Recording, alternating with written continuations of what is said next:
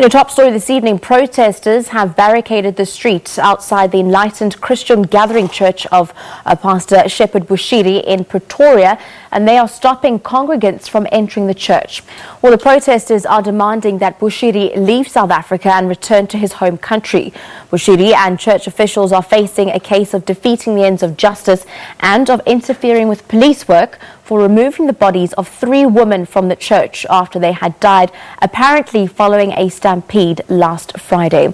Well, for more on this story, we now cross to our reporter on the ground, Molemo. She has been taking us through what has been happening. Very good evening to you, Molemo. Earlier on, we saw scenes of those billowing smokes. We saw tyres being barricading the roads there. What is the situation on the ground, and have you heard a response from the church itself?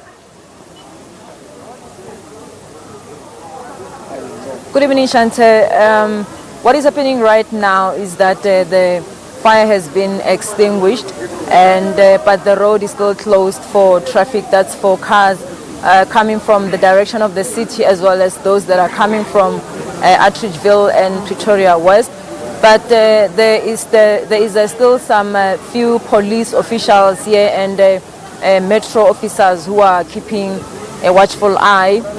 We saw earlier on the road that's just close to one of the gates entering into the Pretoria showgrounds where Prophet Bushiri's church is situated, barricaded with burning tires, as people or residents here in Ward 58 are calling for him to leave the place. That's following the stampede last week Friday, which claimed 3 lives. And earlier on, as I spoke to one of the SANCO members here, they were saying that they were waiting for the church's representative, who was expected to come and facilitate a meeting between them and Prophet Shepherd Bushiri, who apparently now is out of the country. But to hear more on the latest developments, I'm standing here with one of the residents to tell us as to exactly why are they saying that Prophet Bushiri should go. Good evening, people. Number one is there's a safety concern involved here, as well as criminality activities. As a resident just down the street, not even 100 meters away, cars get broken into, people get robbed here at night.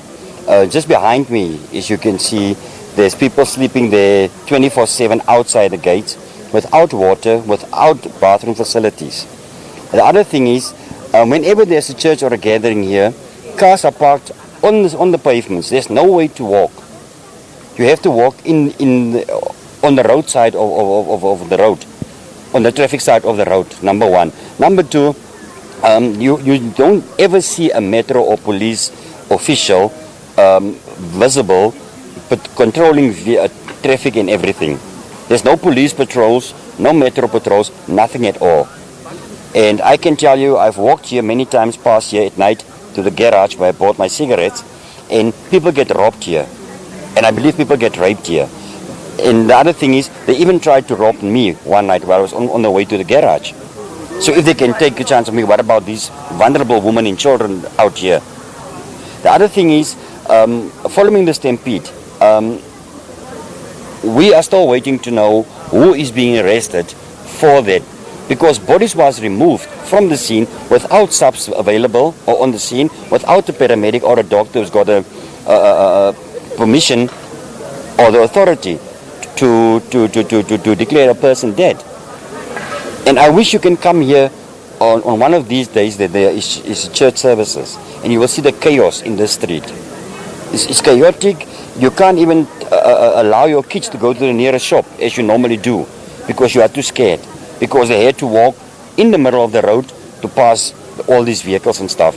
Metro don't care, subs don't care. Our councillors don't care, because the councillor, we phoned her earlier, she's not available, and she's never available. The last time we had a march here for electricity, the councillor was not willing to come out. She said it's too cold. She can't come and speak to the people. Are you still hoping to meet with the church's representative? There is negotiations on the way in the moment, and we'll take it from there. We're waiting for him. We'll wait for a last call at least to say if he's still coming or not. And what if he doesn't pitch up tonight? If he doesn't pitch up, I think Senko will definitely take it further, as well as the residents. They will start again with burning of tires and stuff. Because we need these people here, we need the councillors here, we need the politicians here, we need the representative from the church here as well as subs, as well as Metro. Thank you, sir. That was one of the residents around the area here next to the church's premises.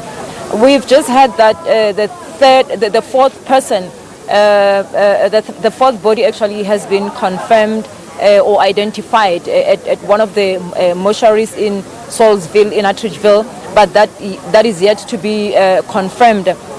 What I can tell you is that one of the deceased will be buried tomorrow in Soshanguve, and that's back to you in the studio. Thank you very much for giving us that update. That was SABC reporter Molemo Moto.